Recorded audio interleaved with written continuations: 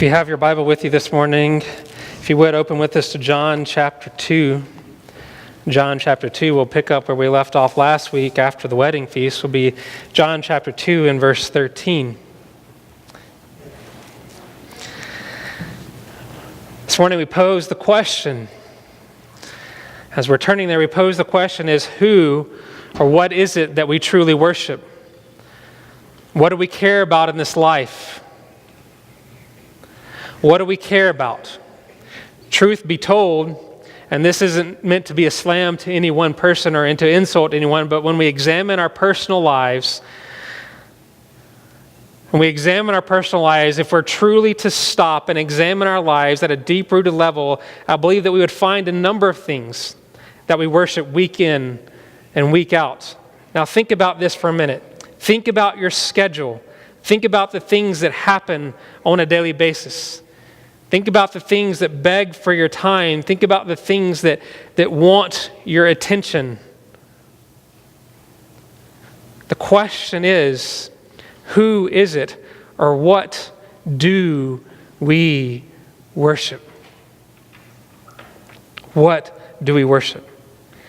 In John chapter 2, beginning in verse 13, it reads, "The Passover of the Jews was at hand, and Jesus went up to Jerusalem. In the temple he found those who were selling oxen and sheep and pigeons and the money changers sitting there. And making a whip of cords, he drove them all out of the temple with the sheep and the oxen.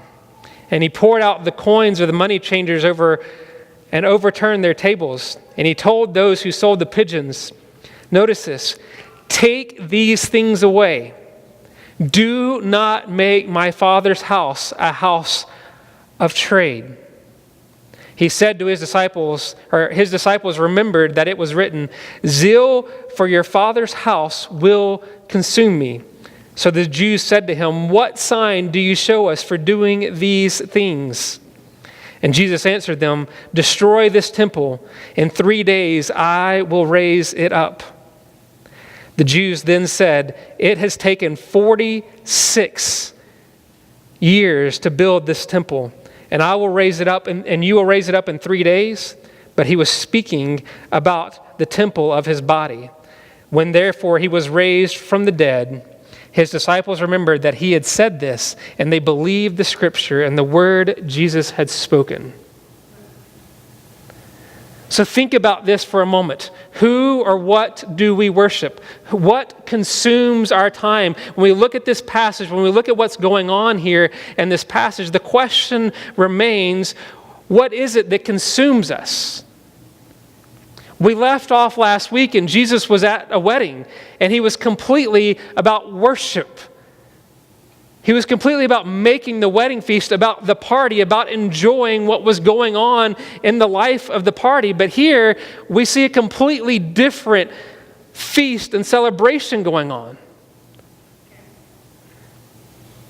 He enters the scene and things take a drastically different turn.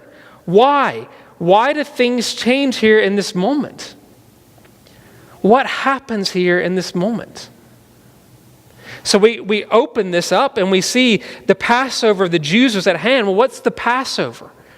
We remember back to our study of the book of Exodus. Remember, the Passover is a celebration of what's happened, of their deliverance, of their freedom, of their moment when God has demonstrated his power and his glory and their freedom from slavery. We go back to Exodus. Remember, this is the last great sign where God speaks to Moses and tells the people to take a sacrifice and to kill it and to place the blood over the doorpost. This is a monumental moment of worship here where God speaks to the people and says, this is what you are to do to demonstrate who I am. Because remember, the whole battle in Exodus is not between God and the Egyptian people, but between God and Pharaoh who's put himself up as a God and as a king and as someone to be worshipped. But God here is displaying that he is sovereign over all. And this moment is about who he is, what he has done, how he is to be worshipped, and not how all these other gods we worship. Remember, the people of God have assimilated themselves into the culture of Egypt. But the Pharaoh didn't want to let the people of God go. Why? Because that was free labor. That was freedom for them. That was extra work for them. If they were to go, that means they wouldn't have somebody else to come alongside and work for them. So in this moment, the Pharaoh is saying, no, I'm not going to let them go. So God gives them signs. God gives Moses signs to go back to the Egyptians and says, do this on my behalf. Do this for me, and then you will see my glory. And the people of Egypt will know that I am God and Pharaoh is not. It was a cosmic battle of ultimate proportions here. And so the last sign, the ultimate sign is, if they don't let you go by this point, all the firstborn sons among all the land will know, because their sons are going to die. And so in the opening verse here, we see that Jesus is gone from the wedding feast at Cana in Galilee to Jerusalem to celebrate Passover. Now let's get the context here. This is a massive celebration here. We shouldn't be surprised that this is happening. We shouldn't be caught off guard that this is happening here. Why? Because Passover is a massive celebration. This is nothing less than our Christmas celebration. This is a massive ordeal here. And so this is something that we should see and we should come to recognize as Jesus walking onto the scene here. And it's a huge deal. All the Jewish men would go to the temple to worship and to celebrate Passover here. That was the ordeal. That was the expectation of what's going to happen here. That was the general expectation of who and what is going to be expected of all people in this time period. This was the law of the land. This is what's been happening since the time of Moses. As they came, they worshiped, they experienced God, and they went on their way. But the expectation here is they have to come with an animal that's right and able to be sacrificed, right? They can't just come with nothing. They had to bring the perfect lamb to be sacrificed. So we see this beginning to take shape here. There's all these rules and all these expectations that they have to follow here. And so they come into this place in the busyness of their life. They come to this time having to worship and having to bring along a sacrifice into the time of Passover. So Jesus arrives after the wedding feast into this different time, place, and into this different scenario, coming into worship. And so we see what's happening here as they're coming into the Temple Mount. And the scene's going to take a drastically different turn here. It says, in the Temple Mount in verse 14, he found those who were selling oxen, sheep, and pigeons, the money changers sitting there. Verse 15, and making a whip of cords, he drove them out of the temple with the sheep and the oxen, and he poured out the coins of the money changers and overturned the tables. And he told those who were selling the pigeons, take these things away and do not make my Father's house. Notice this, he says, my Father's house. Do not make my Father's house a house of trade. So when you pick up here in verse 13, the scene is completely changed greatly from the first 12 verses of chapter 2. Jesus and his followers were celebrating in Cana. What happens? They run out of wine, and Jesus makes an abundance of wine. Now, here they come into here. There were 3 annual feasts. Okay, for all of us non-Jewish scholars in the room, there are 3 annual feasts that the Jews were expected to participate in. There was Pentecost, there was Passover, and there was the Feast of the Tabernacles. Okay, for everybody that's interested, you can write those down. For the rest of us, we're going to study those as we go about the book. We're going to keep up with these. So there was Passover, Pentecost, and the Feast of Tabernacles. So Jesus would have been making the trip to Jerusalem along with thousands and thousands of other Jewish men. This was a normal trek. He was doing this to come and make sacrifice and to worship. This was a normal thing. So as we have left the scene, as we have left the wedding feast, we can almost expect moving forward that everything is going to go well, because Jesus has been the man of the party, the life of the party, now is going to participate in the normal expectation of worshiping at the temple. But it's going to take a drastically different turn here. He has created the wine, and now he's going to worship in the temple. He's demonstrated the wedding feast that we're looking forward to in Revelation 21, that he is the bridegroom, that he is anticipating the ultimate wedding that is going to happen at the consummation of the kingdom in Revelation 24. And in this moment, he is demonstrating the worship that we are looking forward to, that we are anticipating, that we are living in this moment. And so as we go into the temple, we are again looking forward to worship, that we are looking forward to being with God. But as we enter into Jerusalem, a whole different scene, as we see pointed out, where he's reprimanding the people for making the temple about trade and not about worship. For here the masses are gathering. Annas is the high priest here. Now Annas has a huge role, and other priests of the temple had orchestrated this great scheme. A great scheme to make the most money off of everyone coming and to make sacrifices and worship. They're opportunists here. Some could say they're very prime business people here. It was almost like turning the temple into a Disney World trip. You know what I'm saying? Anybody ever been to Disney? What happens when you go to Disney? When you go in Disney, you got to buy everything from Disney. You know what I'm saying? So if you want a 10-cent hot dog at Disney, it's what? $15. You know what I'm saying? And you got to pay for it at Disney. Why? Because you ain't going to pay for it anywhere else. Once you're in Disney, you're at Disney. So here, the priest and Annas, the high priest, have turned the temple into almost like a Disney World experience. So if we don't live in the Jerusalem time period, so let's start imagining what's going on here. They have inflated the prices of everything by 75%. That's not exactly accurate, but just kind of imagine with me what's going on here in this moment. You see, everyone was required to make a sacrifice. Everybody that came was required to make a sacrifice, but some would come from an extremely far distance away. And so it would make it quite hard to bring an oxen or an animal along with you. Now think about this. Now you're saying, okay, you're exaggerating a little bit.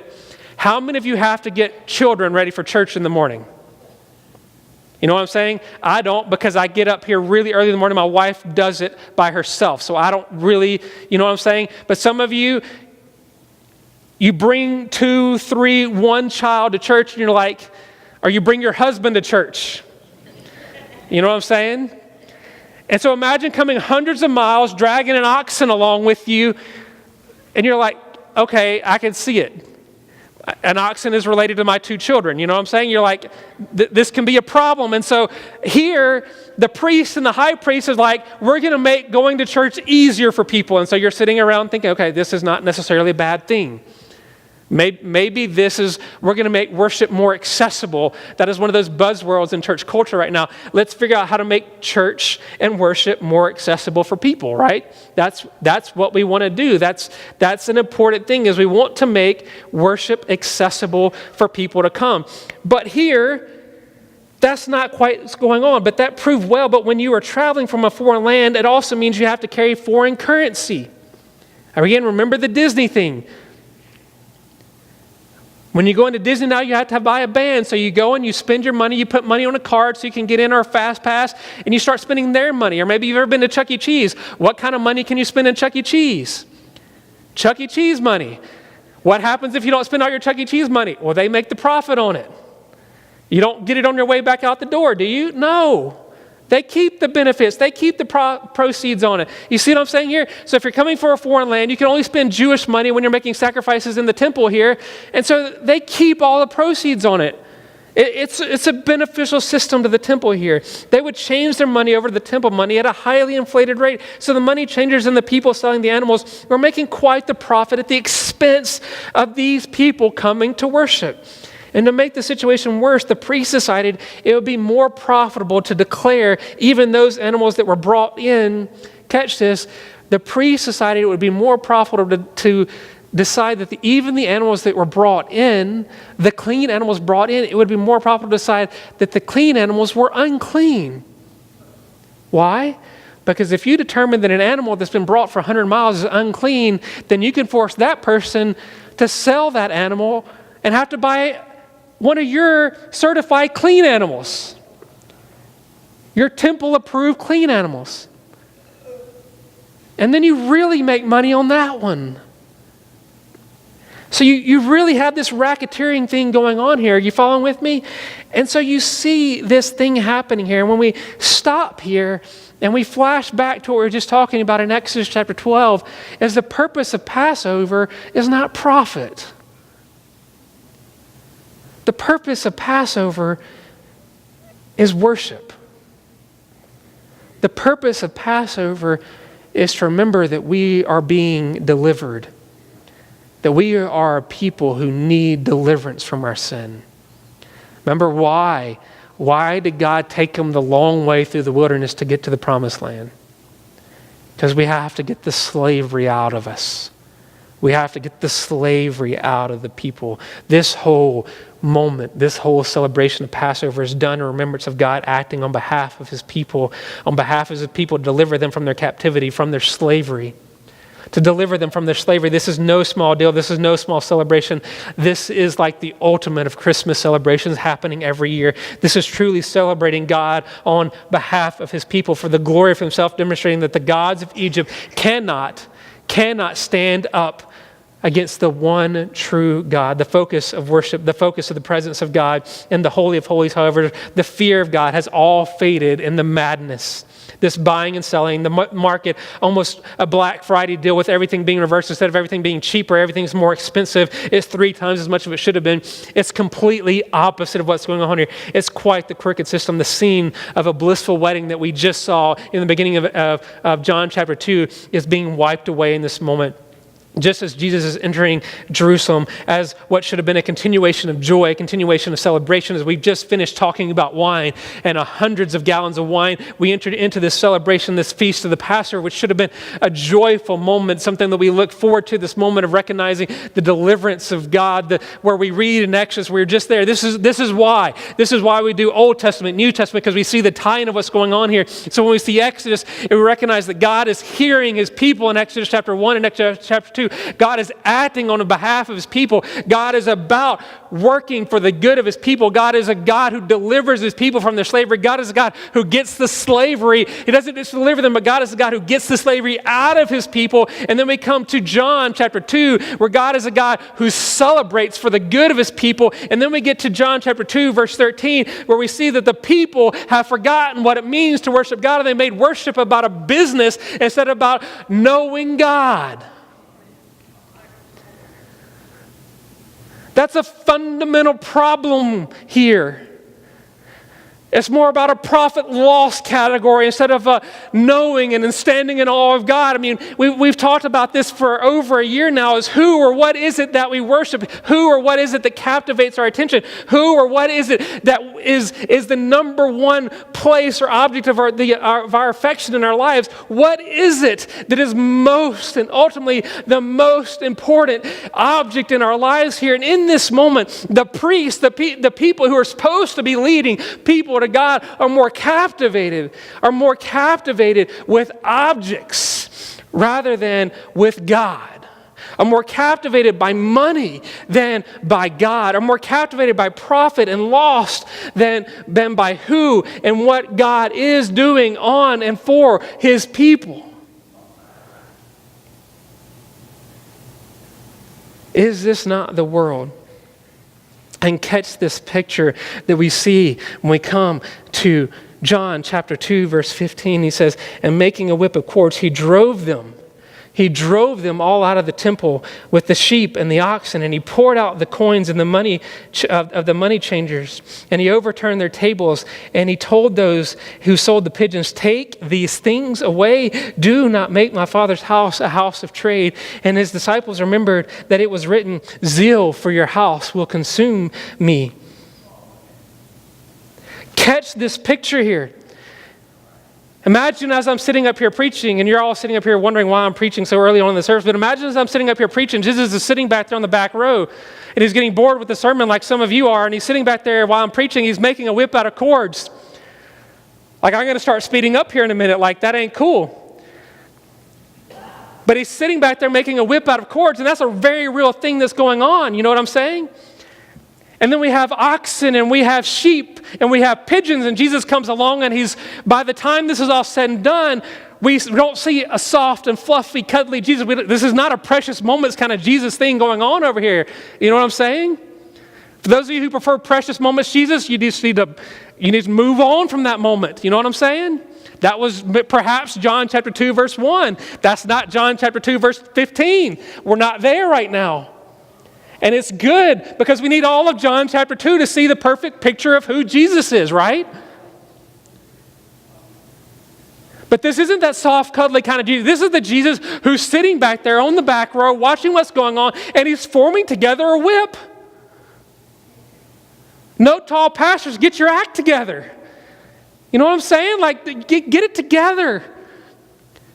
Because then what happens, he goes through the temple and he starts beating the oxen and the sheep. And now, if an oxen and sheep started running through the gym here, we would have a problem. Oxen are we're not talking about small animals here. This isn't the miniature oxen breed here that we have going on here. We're talking about huge animals. When's the last time y'all hung out with an oxen? You know what I'm saying? Proper word would be ox. When's the last time? So you had the ox running through, and then you had little sheep running through the rest of them.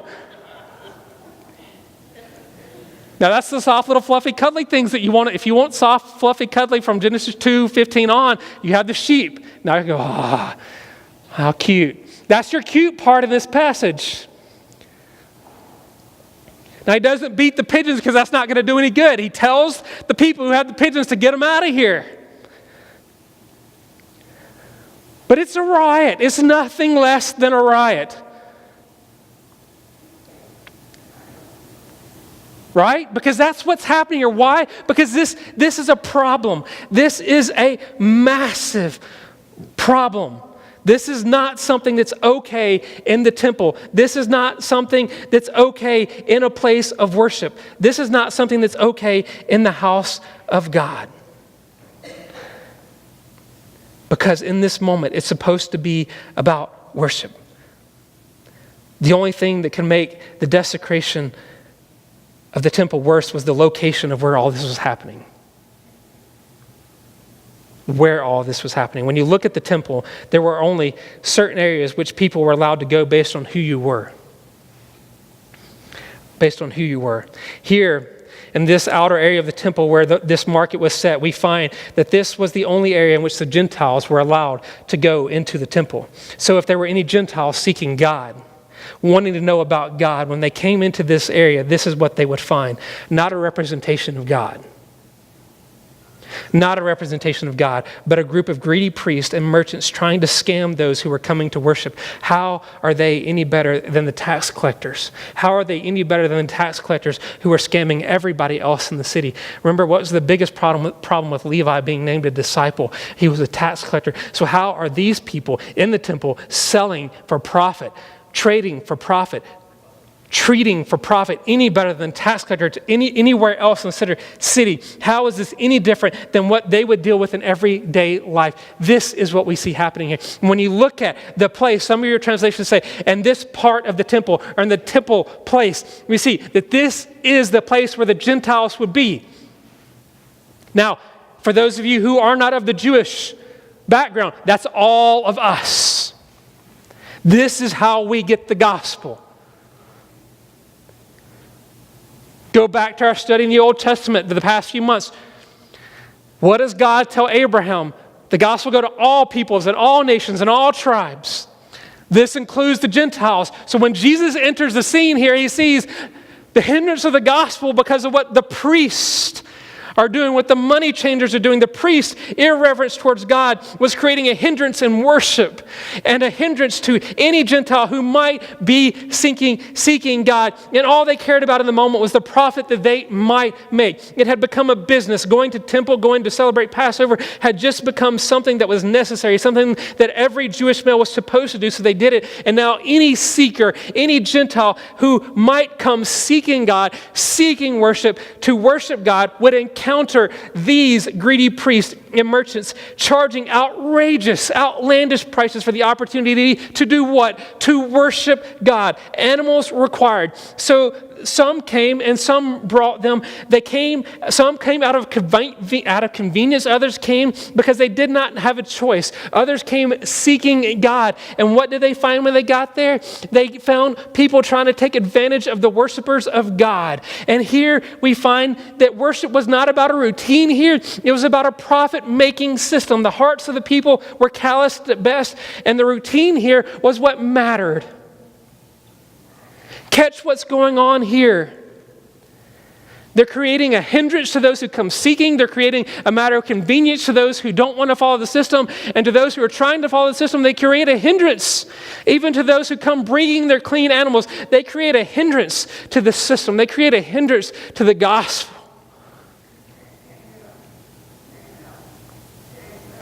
They create a hindrance to the gospel of the kingdom.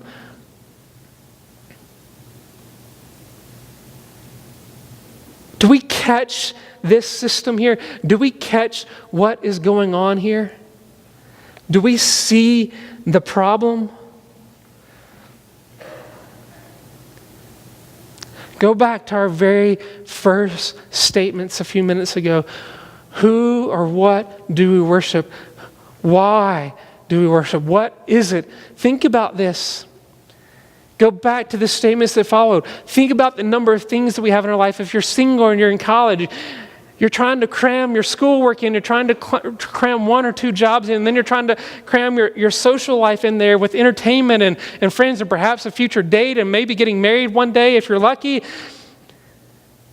If you're married and you have kids, you have your kids' schedule, and then you have your kids' school schedule, and then you have your kids' sports schedule, and then you have a work schedule on top of that, and then you have your spouse's schedule, which none of those things ever line up. And perhaps you're a little more seasoned in life, and you think, man, life's supposed to be slowing down. You guys are some of the busiest people I ever know. Like, retired people, what do y'all do? But y'all crazy. Your schedules are ridiculous. And so we're people who never slow down. We always keep going.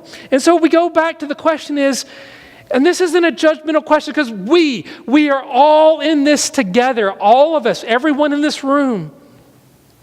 Who or what do we worship? How or why? Or what things are in our lives that we worship? This is a real question for us this morning. What is it that consumes our lives? Because what consumes our calendars is quite often what consumes our life. That's a real thing. That's a real thing.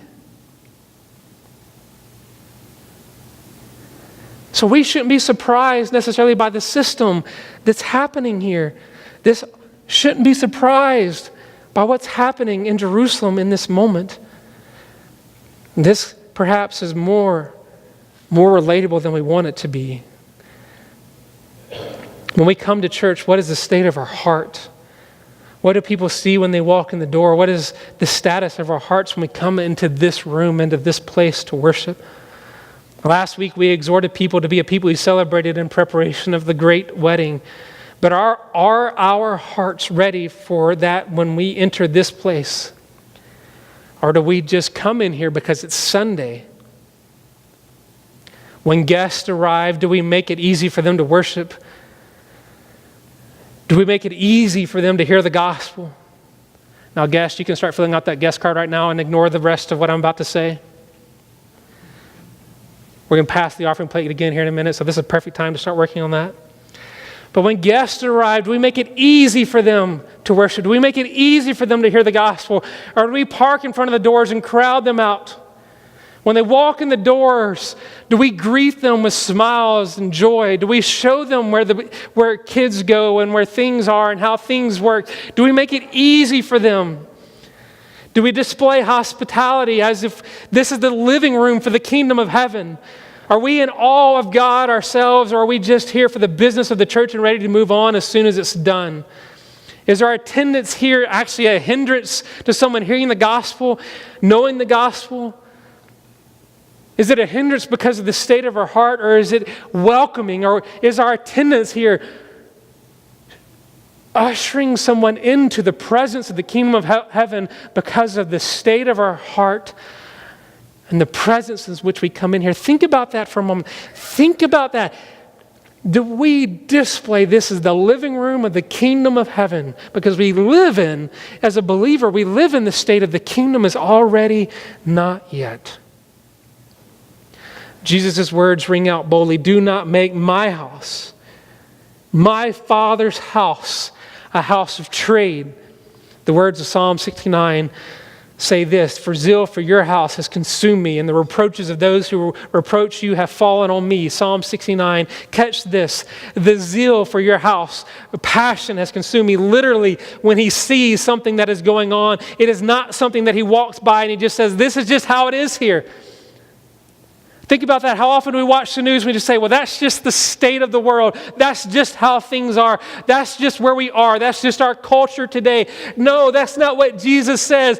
He doesn't just say that's just how it is, but it wells up inside of him to the point where it boils up and worship explodes to the point where he drives out all that are not worshiping. That is what this passage means. It's not a fluffy cloud Jesus moment. And this is a passionate, all-consuming Jesus moment. This is not a settle for mediocrity type of moment. This is a pursuit of passion. This is a pursuit of the face of the Father moment here. Pursue all of God, not just a piece of God, not just a breadcrumb of God, not just a ticket to heaven type of moment. This is a pursuit of all of God, a pursuit of knowing his face. The word consume in the Greek literally means to be eaten up.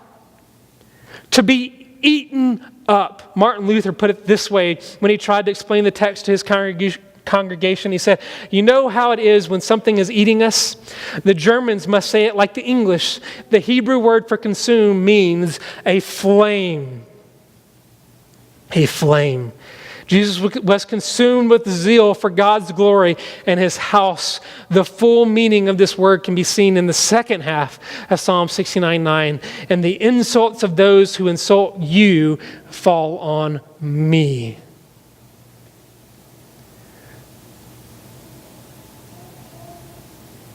So just because they were in the Father's house,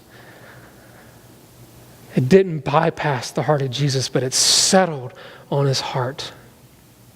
The disciples have this aha moment, and remember the psalmist's words as Jesus is throwing everyone out and everything out of the temple. This too was written about the day when he would reclaim his Father's house. And so in verse 18 of chapter 2 we read, so the Jews said to him, so what sign do you show us for doing these things? And Jesus answered them, destroy this temple, and in 3 days I will raise it up. The Jews then said, it has taken 46 years to build this temple, and you will raise it up in 3 days. But he was speaking about the temple of his body, when therefore he was raised from the dead, and his disciples remembered that he had said this, and they believed the scripture and the word that Jesus had spoken. By what sign will you show us for doing these things? The Jews respond a bit indignantly. Why? Why? Because they had given their hearts to another. Think about the text in Matthew when Jesus calls the Jews an adulterous generation. Why? Because they have given their heart to another. They have given their heart to another. In this moment, there's not an aha moment here for the priest. There's not an aha moment here saying, oh, the lights turn back on. We can see worship. We've been doing this wrong. No. Who are you and what right do you have to do this to us? They asked for a sign. They asked for a way for the prophet to test or prove that he is legitimate.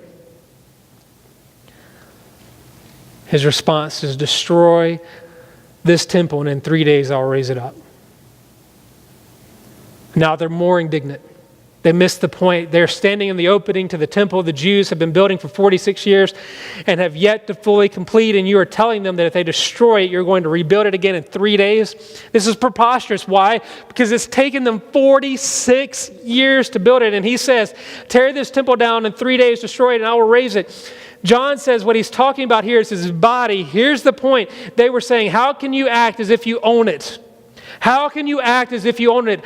I am I am the temple. What he is saying is, I am the climax. I am the final temple. Remember our study in Exodus chapter 40.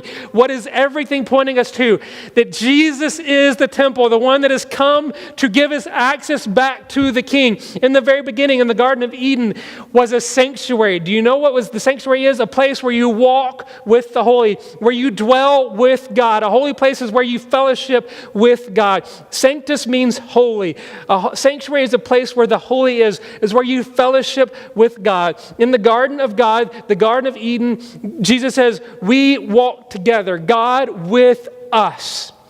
We had his glory all around us, but when Adam and Eve, when we decided to use God, catch this, decided to use God instead of to love God, when we decided we'll obey and serve him as long as he fits us.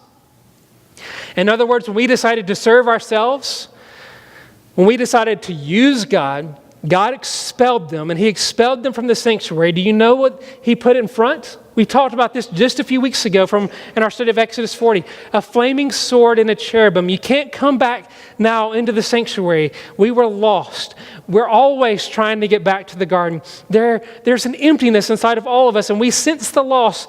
But God created a sanctuary in the Old Testament, the first tabernacle in Exodus, then a temple. And there was a huge veil that we see when we get to the holy place. And do you know what was on that veil? And we talked about this. There was palm trees, and there was grass, like the Garden of Eden, pointing us back to when we can be in the presence of God. And behind the veil was the Holy of Holies. And behind the veil was the Shalom. And behind the veil was the Shekinah glory. And behind the veil was what?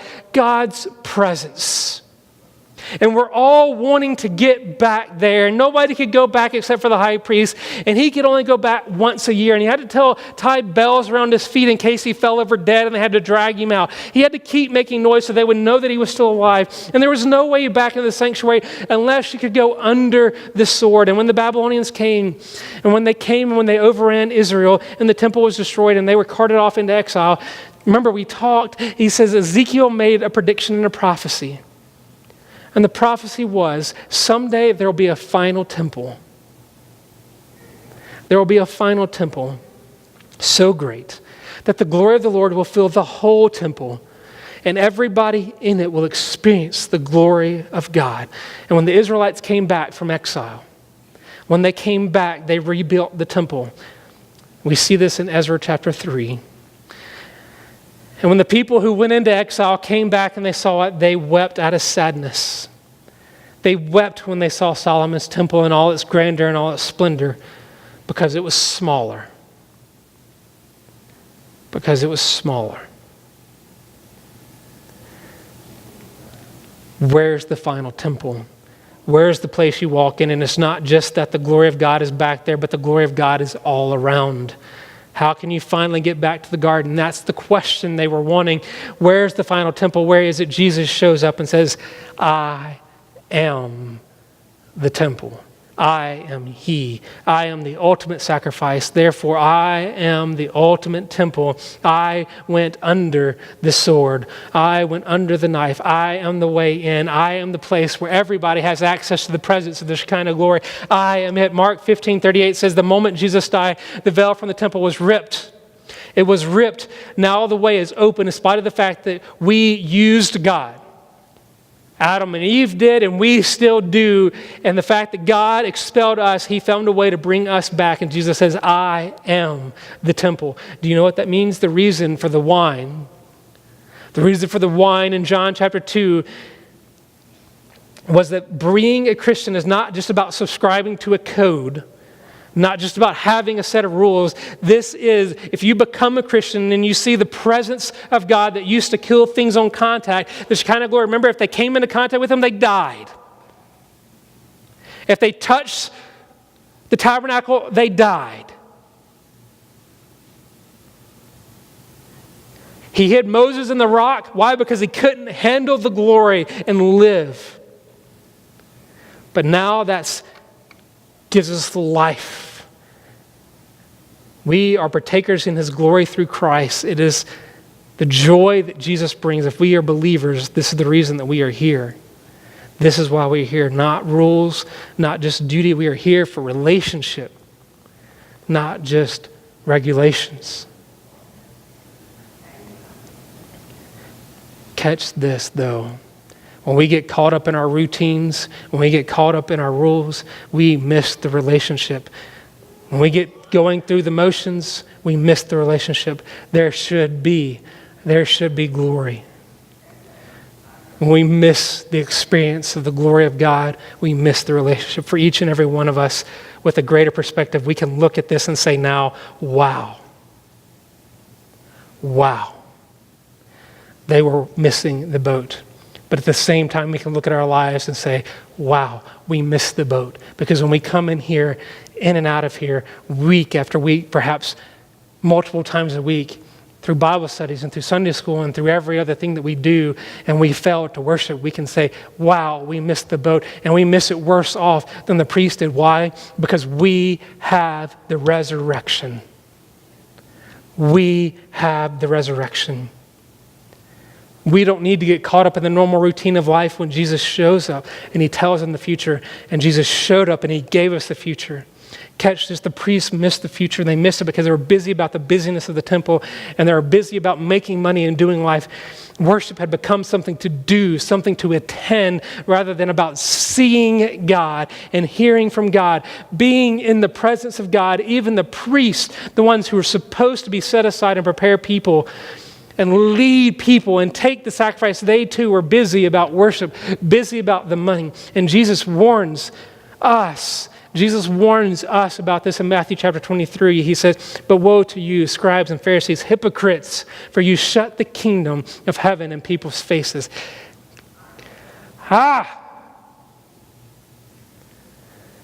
You shut the kingdom of heaven in people's faces. For you neither enter yourselves nor allow those who would enter to go in. Woe to you, scribes and Pharisees, hypocrites! For you travel across sea and land to make a single proselyte, and when he becomes a proselyte, you make him twice as much a child of hell as yourselves. Woe to you, blind guides, who say, if anyone swears by the temple, it is nothing. But if anyone swears by the gold of the temple, he is bound by his oath. You blind fools. Read Matthew 23 sometime. Let us not be a people who are about routine and who are about church, but are about church that meets worldly needs instead of about church that draws us to worship. I think we all prefer Jesus making wine, right? Even us Baptists would prefer Jesus who makes wine. But catch this. The Jesus who makes the wine and the Jesus who chased people out of the temple is the same Jesus, and we need both. We need both. Because why? We're prone to wander. We're prone to wander. And when we're prone to wander, it's better to have the whip than to be wandering. It's better to be brought back than to be left to our wandering selves. True love brings us back. True love displays true discipline and displays the whip. Verse 23, when he was in Jerusalem at the Passover feast, many believed in his name when they saw the signs that he was doing. But Jesus, on his part, did not entrust himself to them because he knew all people and needed no one to bear witness about him, for he himself knew what was in man. We can ask for sign after sign. We can pray and we can complain and we can pray and complain and say that God is not enough. We can turn to our own business, our own self-satisfaction, our own fulfillment in Christ. We can, again, come back to the question has our heart been captivated by the gospel? John 11:40 says, people who want his works but not his word can never share in his life. That's John speaking of Jesus. And chapter 11:40, people who want his works but not his word can never share his life. Seeing is believing is not the Christian approach. Seeing is believing is not the Christian approach. Here in John 2, people are asking for a sign, and later when Jesus is hanging on the cross, they have forgotten the very words that he has said, and they mock him, saying, "Take yourself off the cross if you're really the Son of God," in Matthew 27. How quickly we also forget the glory of God is shown in our lives and the signs he has given us. We can look throughout all of Scripture. We can look throughout all the Scripture and see where the signs about Nicodemus has brought faith. It drove others to want to kill Jesus. The feeding of the 5,000 does not produce a great number of converts when he starts preaching that he is the bread of life. So for us this morning, when all is stripped away in our lives, when we lose everything else, when we deal with death, when we deal with job loss, when we deal with broken relationships, when all is stripped away in our life, do you believe? When Job says, "The Lord gives and the Lord takes away, blessed be the name of the Lord."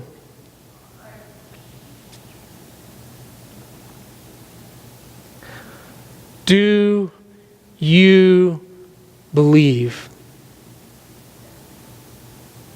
Think about this for a moment as we begin to close. The God who gave us everything in Genesis, and I mean everything, who reminds us in John chapter 1 that nothing was created that has been created without him, gave us everything, has the right to do as he pleases in our life. And that's the word we see in Job. The Lord gives, the Lord takes away. Blessed be the name of the Lord. So when God brings the whip into our lives, it's not for us to sit back and say, "No, God, I don't like this part, God. I'm going to hate you for this. I'm going to not worship you. I'm going to disdain you. I'm going to push you away." But the God of the whip is the same God who is the God of wine. The God of the whip deserves and has earned our worship and our awe just as much as the God who made wine without even touching it out of nothing. Just as much. He deserves and has earned. So when we face pain and suffering and death and whatever God allows to happen in our lives, do we believe? Do we believe?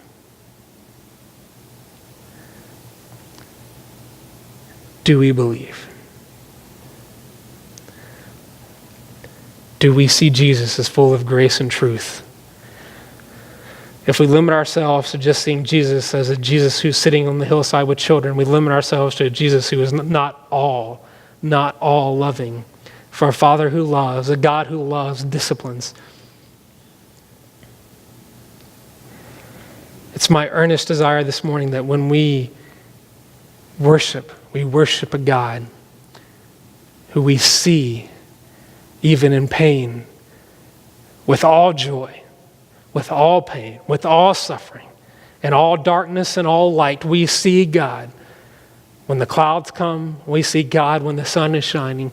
We see God in the greatest joy and in the darkest days. And we say, "Blessed be the name of the Lord."